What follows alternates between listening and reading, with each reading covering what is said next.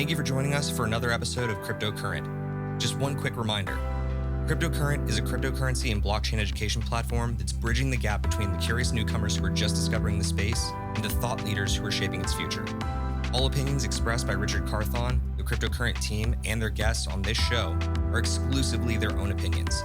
You should not treat any opinion expressed by Richard, the team, and their guests as a specific inducement to make a particular investment or to follow as financial advice. This show and any other Cryptocurrent production is exclusively for informational purposes.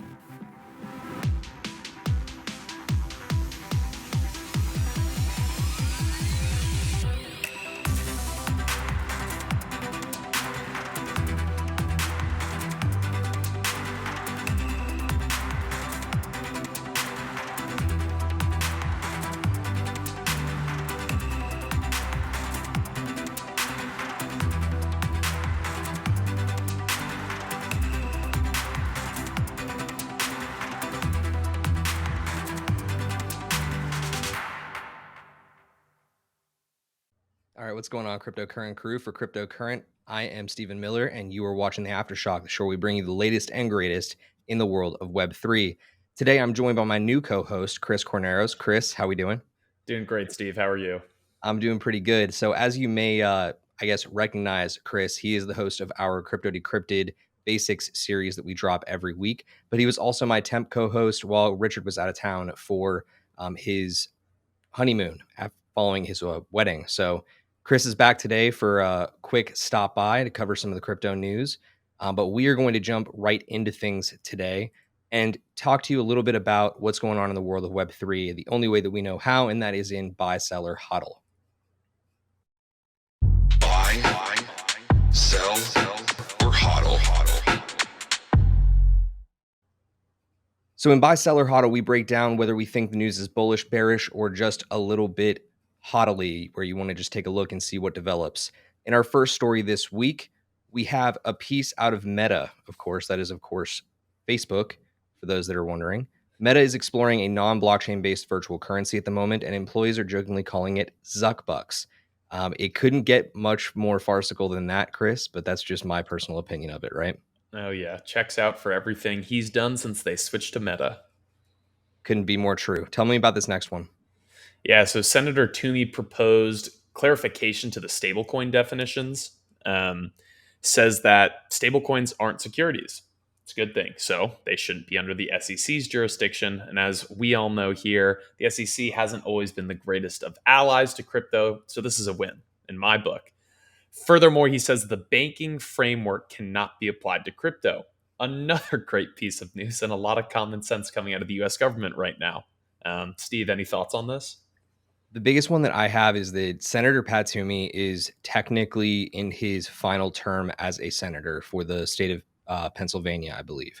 So we discussed this a little bit on our Thursday Twitter space. For those that are not aware, we do a live Twitter space every Thursday at 7 p.m. Eastern time. And one of the things that we broke down last week was this piece of news, namely because it's interesting that he's putting this forward right now at a time when the midterm elections are kind of coming upon us, and they're about to start discussing who it is that's going to take over for him in the future. I think that it is a move that is not only ballsy on his part, but it is going directly in the face of what, a lot of other anti-stablecoin legislators like Elizabeth Warren have been saying. So I would love to see this actually gain traction, but we're going to have to see how this one develops in the Senate. Our next piece of news comes from Grayscale. Grayscale, as you know, has a bunch of these larger holding platforms like GBTC and GETH that they sell as a kind of quasi security. So it's your way of buying a registered version of Bitcoin, typically at a premium or a discount. Well, they've announced that they're officially adding Avalanche, Polkadot, Cosmos, all three to their portfolio. They may be rolling forward with individual funds for those in the future, but as they move those forward, they actually have removed both SushiSwap and Synthetics Network from their holdings. Interesting development there. But Chris, tell me about the next piece. Yeah, so Bolt, for those who don't know, but I believe Bolt is, correct me if I'm wrong, Steve, but Bolt is a essentially an online kind of checkout vendor. That's what they developed. Yeah, they call themselves a shopping network. Okay. Yes. So, interestingly enough, I know someone who works here. She's really good at her job, as is their CEO, who was on Forbes 30 Under 30 last year. And they are acquiring the crypto infrastructure provider Wire for $1.5 billion, which is a lot of money for a startup to be offering in an acquisition. So Bolt clearly doing things well, but this is going to be really interesting. And I'm not sure if you remember, Steve, but I think we talked about it about maybe 2 or 3 months ago now, with all of these other payment platforms like Stripe kind of coming forward, enabling potentially crypto payments for their customers. This is a piece of news that I see in a similar vein, right? You have a shopping network that is now going to be partnering with a crypto infrastructure provider, which can only mean they're looking to Web3, maybe not for all of their business, but at least to enable some functionality down the line. Yeah, look, this is a really big move in my opinion, and we've already had on to the show one of the co-founders who moved on to a bigger project of Wire, and Wire really is a massive deal. You know, they are a fantastic crypto on ramp. You can currently use Wire in any MetaMask or most other third party wallets that you can use within the Ethereum network to just add Ethereum or add Polygon or whatever asset you need at any given moment. But that they're going to be integrated into the Bolt ecosystem now is really quite astounding. Now we're going to get into a much bigger story in our Aftershock segment in a little bit, so I don't want to get too deep into this one in terms of payment networks. But this is a big move, so don't underestimate it. Our next piece of news comes from a company called HiveMapper. Now I'm including this one because I think Chris is going to love it. HiveMapper has officially announced they've raised $18 million to build a decentralized Google Maps on Solana. Now, I'm not only saying that you'll like this, Chris, because it's built on Solana. I'm telling you that you're going to like this because HiveMapper aims to reward its users for capturing data via dash cams. Now, what Nice. does that sound like to you? Sounds like It's this decentralized Internet of Things crypto project that rewards users for having wireless hotspots where they say they are. so that is exactly what I'm telling you about. HiveMapper's entire model was actually inspired by Helium, and that is one of Chris's favorite cryptocurrencies. I think it's one of the more ambitious plays right now because we've not really seen a lot of mapping technology been brought over to the decentralized space. I think a lot of the companies that work in this realm have kind of already conceded that Apple Maps and Google Maps are kind of the forerunners and that they don't want really to mess around with it much anymore. But this is a really novel take on it, and it's starting to put the cars that you see rolling around, mapping streets, giving new live street update pictures onto our Google Maps platforms and Apple Maps platforms. Data. This is the Hive Mapper method is decentralizing the entire thing. So as Chris rolls down the street with a Hive Mapper dash cam in his computer or in his car, I say computer because I imagine that you're probably going to own a Tesla in the next 5 to 10 minutes. The dash cams are recording everything and they're mapping live. I think it's a really interesting and novel piece of tech, but I'm curious to see how it actually rolls out and how adoption works with it personally. Yeah, absolutely. So talk to me And about the last one. yeah, so finally, Truflation is going to be building a censorship resistant inflation index on Link. And for a lot of you, this may seem like a piece of news, and you're thinking, why should I care? Well, this is a really good thing because it is actually way more in line with, I think, the original goal of cryptocurrencies, which is a decentralized, secure, yet transparent financial system. And by removing censorships from things like an inflation index, which is incredibly important, it's going to give, not just crypto users, but consumers in every industry more agency to, make smarter financial decisions with their daily purchases or maybe with some larger purchases that are affected heavily by inflation. Yeah. And look, at the end of last week, we had the CPI announcement for what inflation looks like right now. And it couldn't have just been more further than just a fluffing piece of news. The Fed is clearly manipulating that data just to make you feel a little bit better that you can still go out and purchase things. But if you want to get a better look at like what inflation looks like today, a lot of people are lost on where to look. So this to me is the natural progression of it. It's taking it out of the hands of your regulators who want you to vote with your dollar, right? This is their way of bringing it back under a more transparent lens. If you ask me right now, the only way to really judge inflation is by looking at the housing market. But that's another story for a much different podcast, right? Oh So yeah. let's move into last week in the metaverse, where we got a number of great stories we want to run through for you. First of which is a gaming story. So Epic Games has announced they've closed a $2 billion raise to build its metaverse. Now, Epic Games, as Chris will tell you, is the company behind Fortnite, which is huge. But to me, the bigger deal behind this piece of news is that the company that led this round was actually Sony. So to see that they could theoretically be in league together makes a lot of sense. Yeah. But it also makes me feel really good that more and more of the entertainment world is starting to buy into the metaverse. Chris, do you have any take on it? Yeah, I mean, honestly, with Sony, it makes a lot of sense for them to get in on this because they're probably terrified of Microsoft right now. Microsoft has just like basically said, "Oh, you still think you're a competitor with us in gaming," and then said, "Okay," and bought half of the gaming industry literally within the last 6 months. And actually, I think one of the last times I was on the Aftershock, Steve, we talked about how, down the line, I can fully see Microsoft just fully hard committing to a metaverse because they have access to so much intellectual property that you could explore and interact with their metaverse and never need another one. So this is, Sony investing in this development right at Epic Games makes perfect sense. And it also makes sense for Epic Games because like you can see on the slide right now if you're watching with us on YouTube, Fortnite and Epic Games also has a lot of access to different intellectual properties, both within and without the gaming space. So definitely want to watch this and see it develop, but this is going to be good. Competition can only breed more innovation in the long run.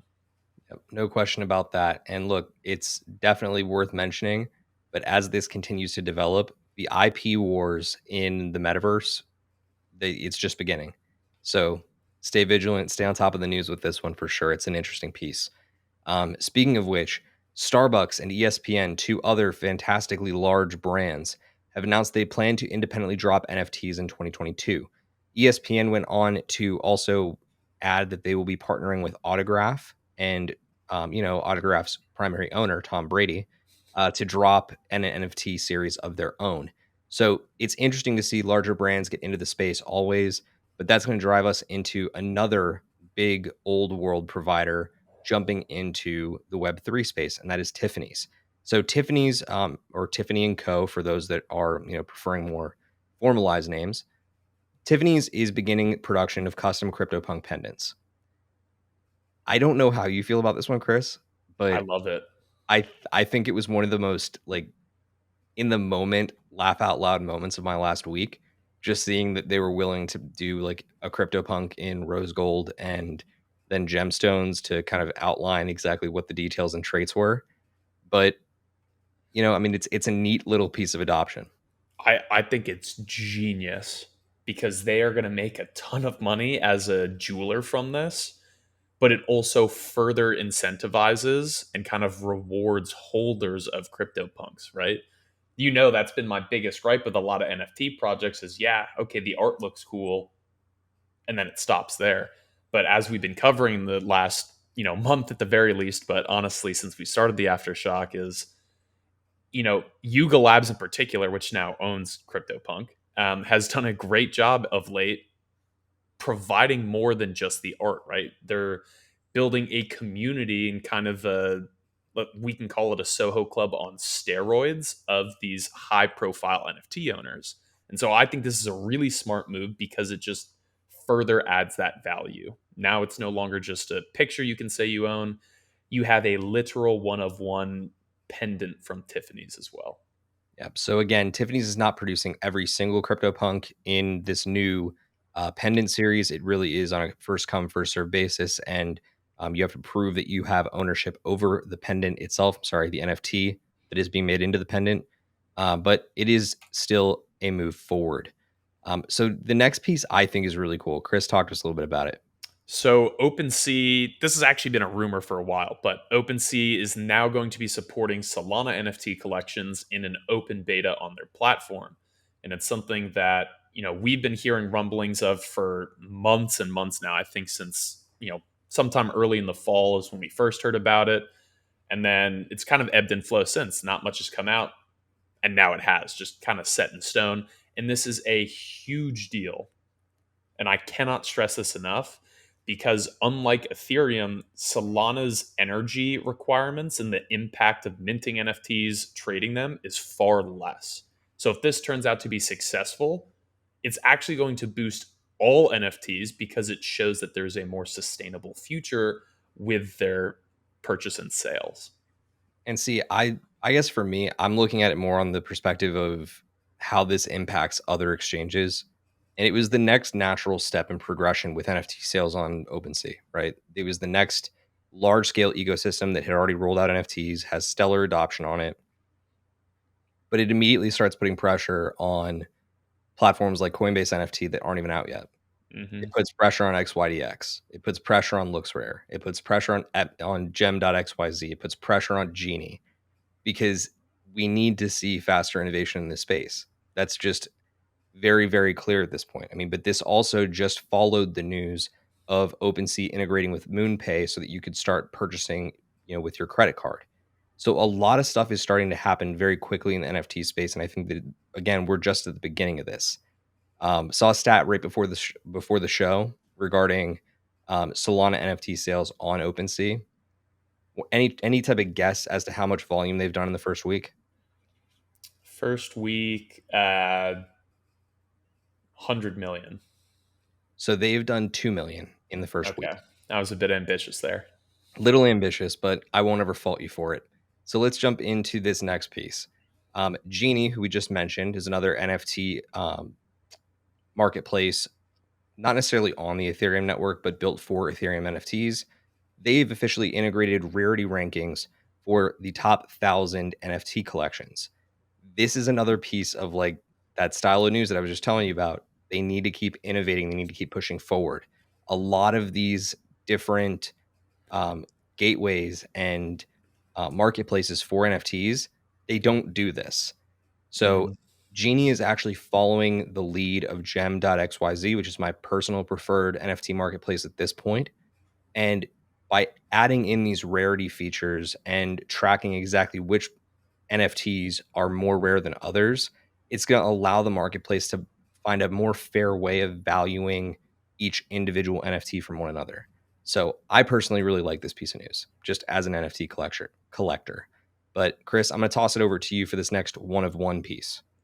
Yeah, so Cosmo de Medici, for those who don't know, a very mysterious figure within the crypto, but more specifically NFT space, is dropping a $1 million NFT called On Life and Death.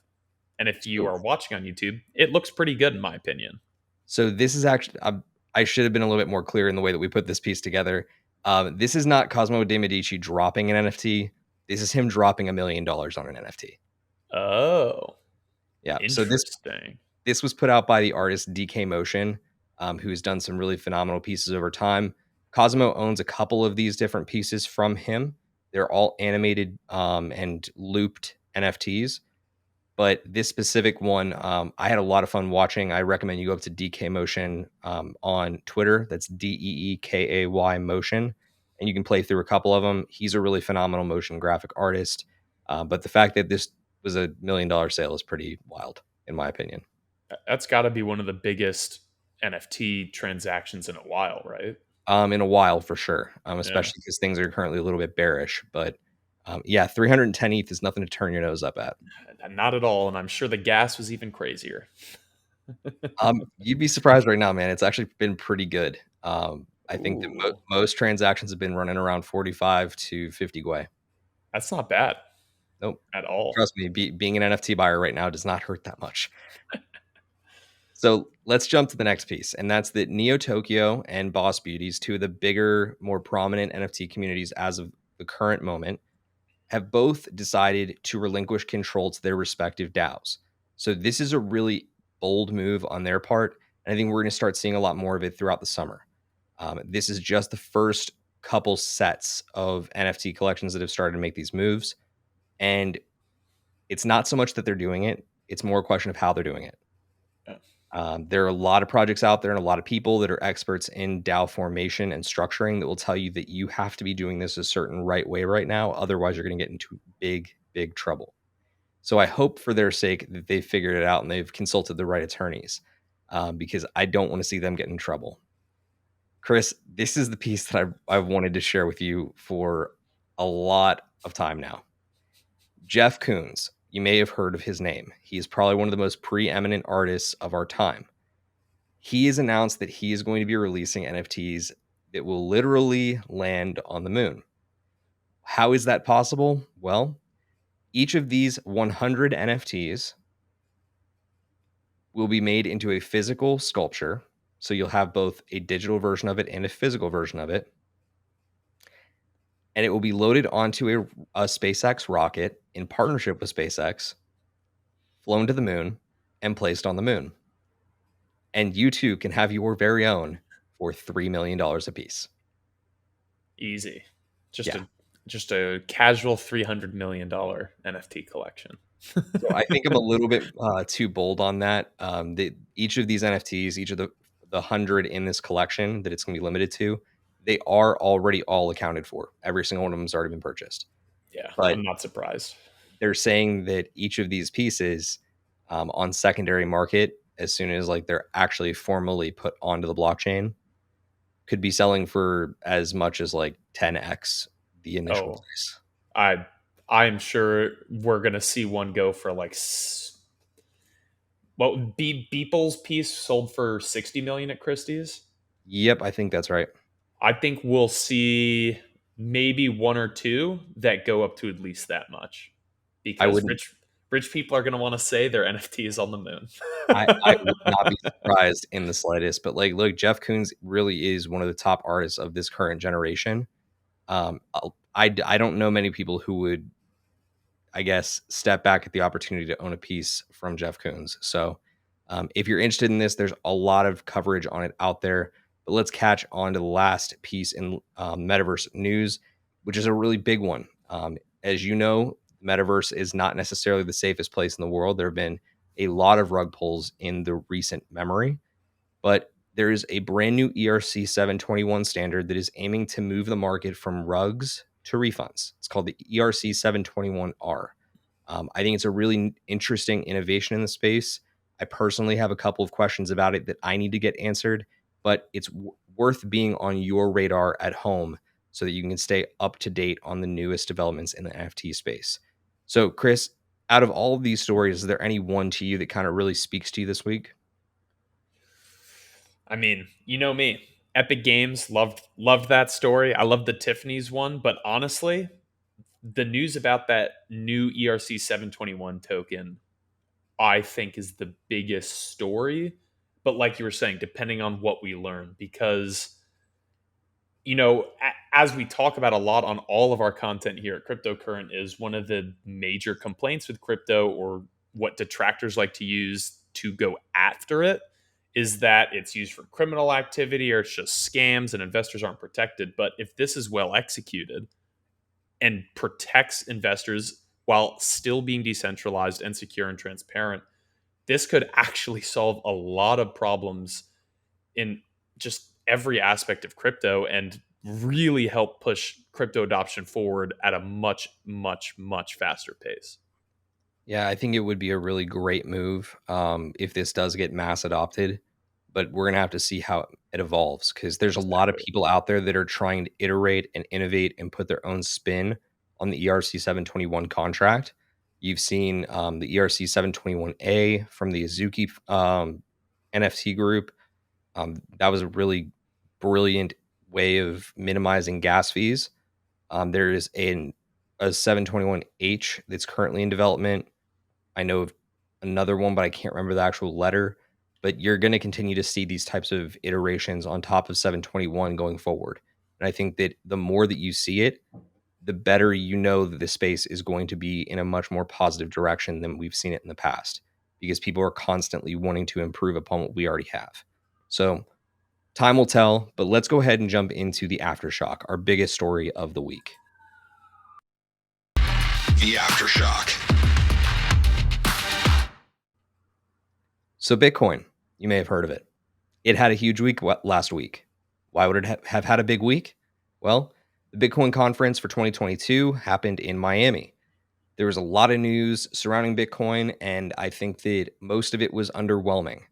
But there was one story that kind of shined above the rest. So, speaking of the rest, let's talk about it. In the rest news, we had 5 specific stories that we wanted to bring up to your attention. The first of which is that Lightning Labs officially raised $70 million to launch the Taro stablecoin on the Bitcoin Lightning Network. It's interesting because it's the very first stablecoin being launched to Lightning. It's also the first stablecoin being launched on top of Bitcoin. So, again, depends on who you talk to. I personally think that a stablecoin on Bitcoin's network is a really brave move, and it is one that goes directly against the grain of everything else that we've seen. I don't think the stablecoin needs to exist only on a Web3 ecosystem. It can exist on Bitcoin's stable store of Blockchain. store of value ecosystem, right? So Yeah. talk to me about what you think about this one real quick. You're not going to like this. I actually have a lot of thoughts about this because I didn't know this until right now, but I've actually been thinking about this a lot, right? And for those who don't know, in Crypto to Cryptid, I did a video breaking down, layer one blockchains, but also Bitcoin and what it is because it's the first true cryptocurrency. Unlike gold, which has intrinsic value, that's where supposedly fiat's paper money gets its value as gold. It doesn't actually anymore, but gold is a precious metal, therefore valuable. Bitcoin, the argument for where its value comes from is that it's functionally valuable. It's secure, transparent, decentralized, and it's supposed to be able to move much faster than traditional financial systems. But my issue recently with Bitcoin is, as Michael Saylor buys hundreds and hundreds of millions of dollars more in Bitcoin, it becomes less centralized or becomes less decentralized. And as a result, that kind of takes away from its functional value.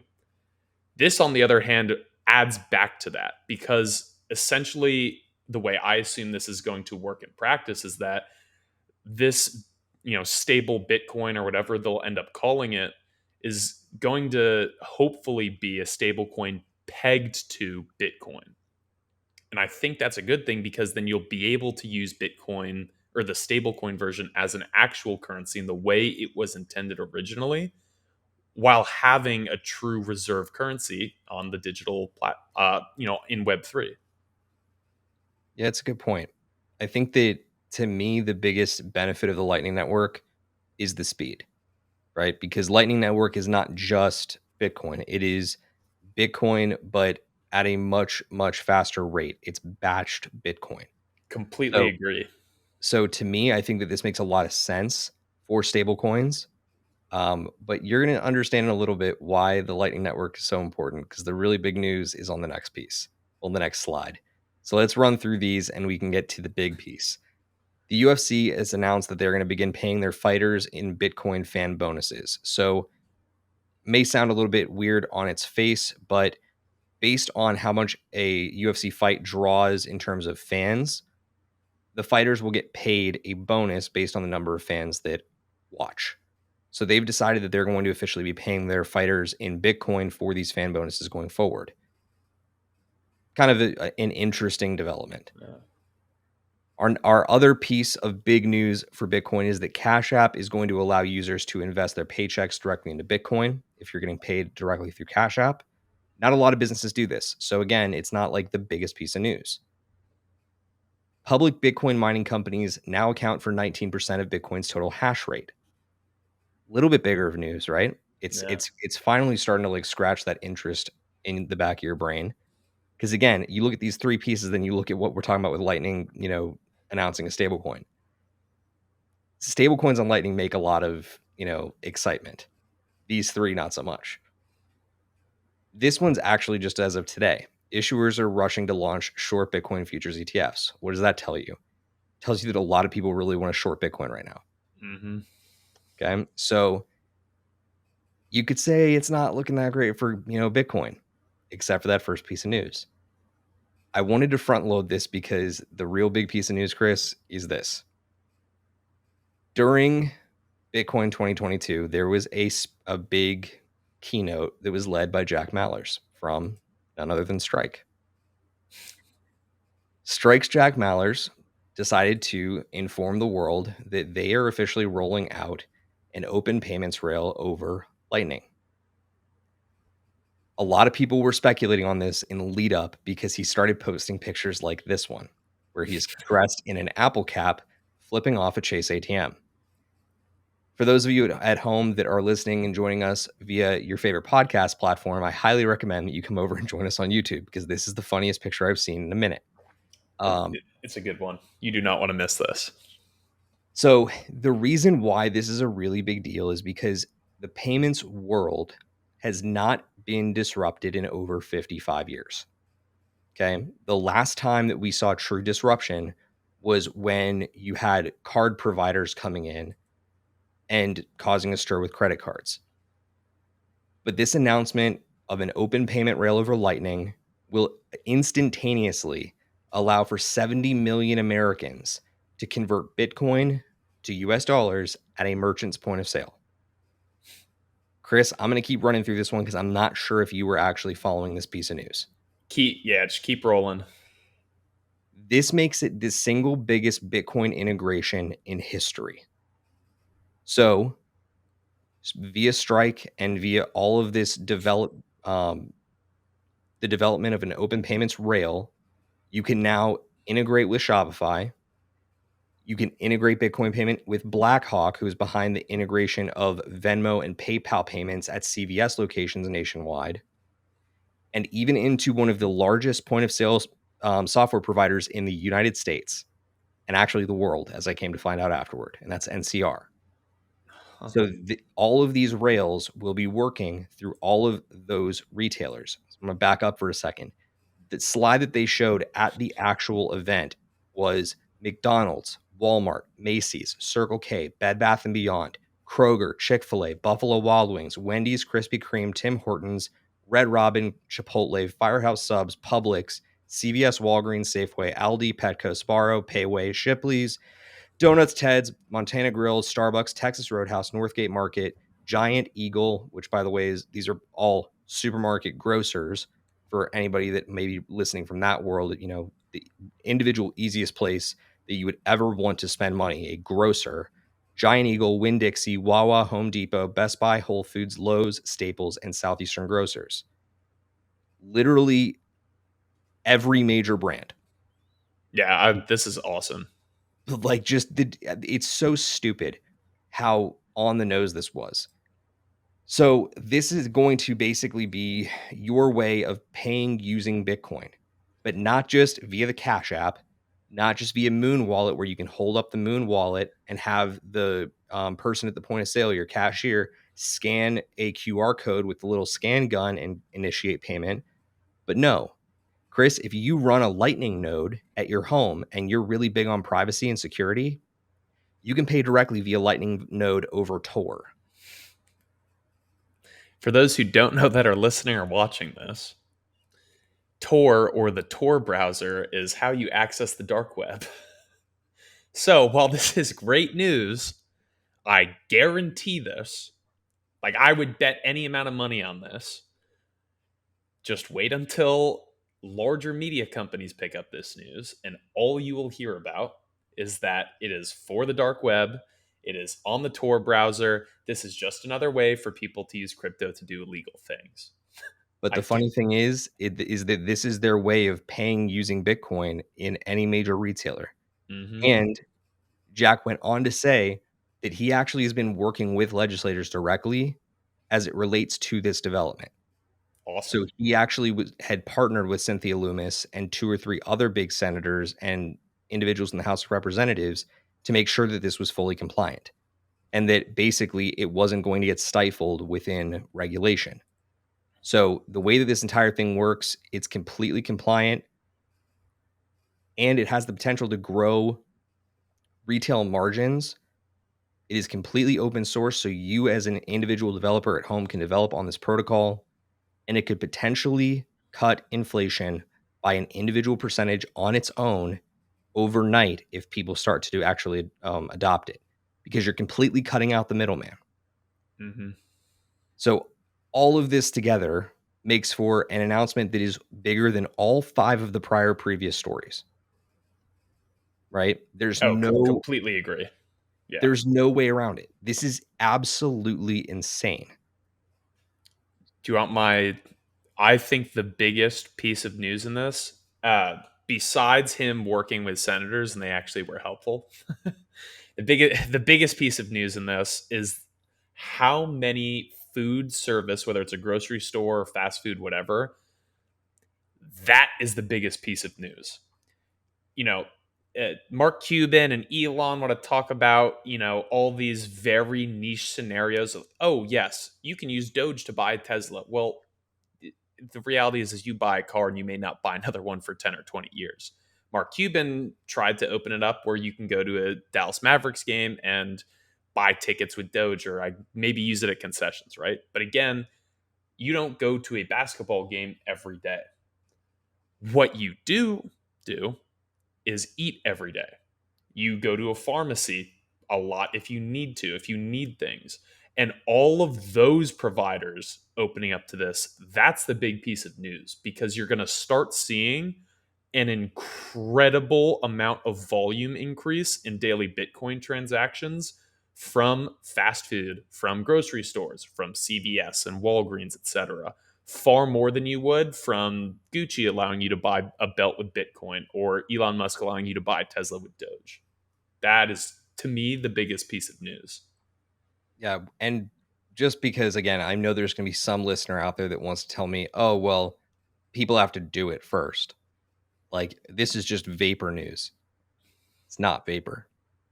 Jack actually did a piece of his keynote where he literally cut the entire thing and played a video of himself in downtown Chicago walking into a grocer and got 3 items off the shelf. All 3 of them were completely different items, and he ran 3 separate transactions in front of a camera. One of those transactions was Lightning Node over Tor via his Lightning Node that he runs out of his apartment. The second was via Cash App. The third was via Moon Wallet, where he held up his phone and the cashier literally used the scan gun and handled the transaction. The piece of it that was most impressive is that it was all instantaneous settlement. Now, what does that really mean? Right? You need to get this through your head. Historically speaking, settlement is not something that happens from the consumer to the business. That happens if you're doing it in cash.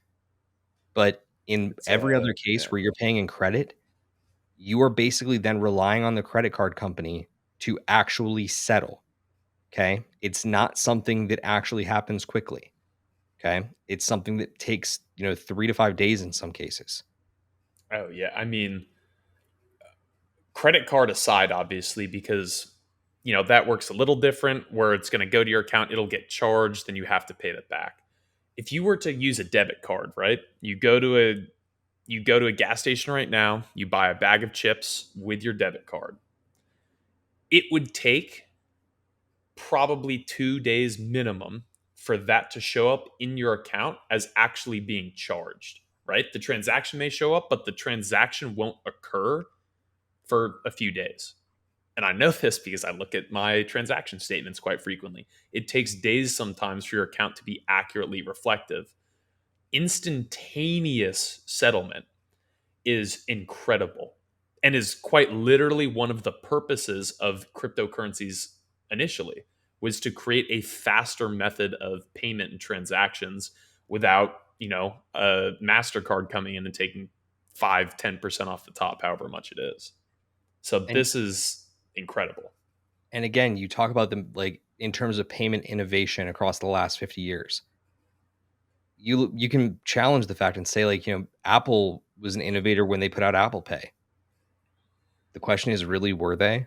Yeah, Because all they were doing is they were cloning your credit card and allowing you to pay by the use of an NFC chip that was already embedded. You have an NFC chip in your credit card right now. That's not necessarily innovation. It's just a different way of getting to the same end goal, and that's, applying it to your credit card. and This yeah, is absolutely a disruptive move. This is something that if we start to see it actually being adopted and utilized on a global spectrum, can you imagine what people would be saying if, like, essentially globally you have the transaction rate, not just the hash rate on Bitcoin, but the transaction rate going through the roof? I mean, it speaks for itself. This is going to be downplayed for Oh, probably the yeah. next 3 or 4 weeks or the next 2 months. But you cannot deny that this actually has some insane potential for the Bitcoin network to actually become something that is used in your daily life. You want my ultra hot take? Do it. Even if Ethereum 2 launches without a hitch perfectly, this will be bigger news in crypto for the next 5 years. This is and hear me out, because the entire point of cryptocurrency is this, and it exists now, and it works. You may be worried though, does this mean my credit card is obsolete? No, it isn't. And the reason it's not is because of points. And that is a good thing because, as much as we all want to move towards this decentralized financial future, it's always good when there's competition. And you don't want the entirety of the old financial system, at the very least credit cards, to instantly die out because of how much our daily lives are tied to credit. That being said, for small purchases, for things that you just need to quickly do something and you want to make sure that your accounts are all squared away, this is now the single best piece of technology on the planet for that. Yep. It essentially makes it so that merchants can now 100% integrate with all of the Bitcoin network. All of it. Yeah, this is yeah, I there's no way for me to like state it any other way I did. This is probably going to be the biggest piece of crypto news, certainly that we've seen from the last decade, but maybe the next decade. This is incredible. Yep.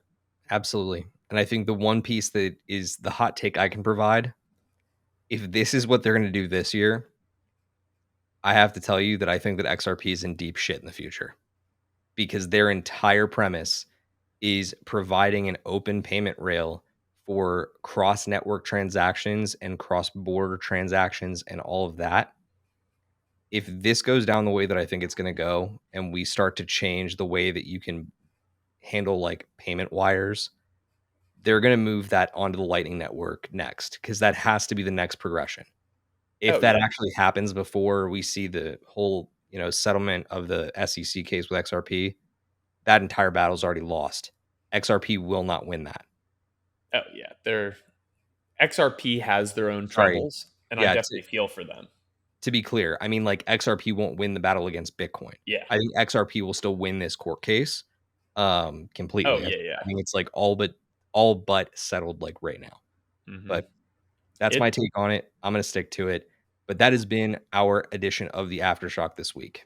We appreciate you sticking with us through that. I certainly did not mean to have to sit there and read off vendor names to you for whatever that was, that 30 or minute long increment of me. You didn't know we're a retail podcast now? We just cover different retailers. Yeah, I mean, I literally just sit here and I list off in alphabetical order my favorite places to buy toilet paper when you can get it and it's not a pandemic. But hey, that's my terrible joke for the day, along with the show for today. So before we go, I want to remind everybody at home again, we do this show every Wednesday here on Cryptocurrents podcast as well as over on the YouTube. So please do us a favor, write us a review if you're listening to us on podcast platforms. Leave us a comment down below on YouTube, and make sure that you hit that like button. We want to make sure that we're getting this out in front of more people so that they can get caught up on what's going on in Web3 right now. So, speaking of what's been going on in Web3 right now, Chris, do you know who we had on our interviews this week?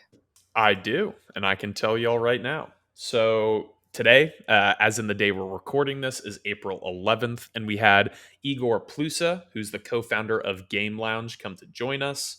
So if you want to go check out that project, go to gamelounge.xyz. And then this Friday, April 15th, we have Sandeep Batank, the CEO of 3Air. And the topic of that podcast is on banking the next billion people 3Air.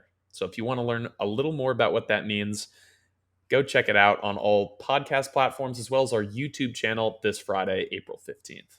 Perfect. And Chris, what can they expect from you on Crypto Decrypted this week? So interesting that we talked about a new ERC 721 token today. I'm actually going to be covering the different types of tokens this week on Crypto Decrypted. Depending on how long that video is, it may be split up, and I'll cover more tokens next week. Awesome. And for those, again, that have not necessarily familiarized themselves with our editorial content, we put out brilliant new posts every single week over on crypto-current.co, where you can even pick up the latest written edition of Chris's Crypto Decrypted that he will be dropping later on this week. So until then, please do us a big solid. Make sure that you are following the show and subscribe wherever you're getting your favorite podcasts or here on YouTube. And we will make sure that we see you next week for another edition of the Aftershock, as well as the rest of our regularly scheduled content. Until then, hope you have a great week. Stay cryptocurrent.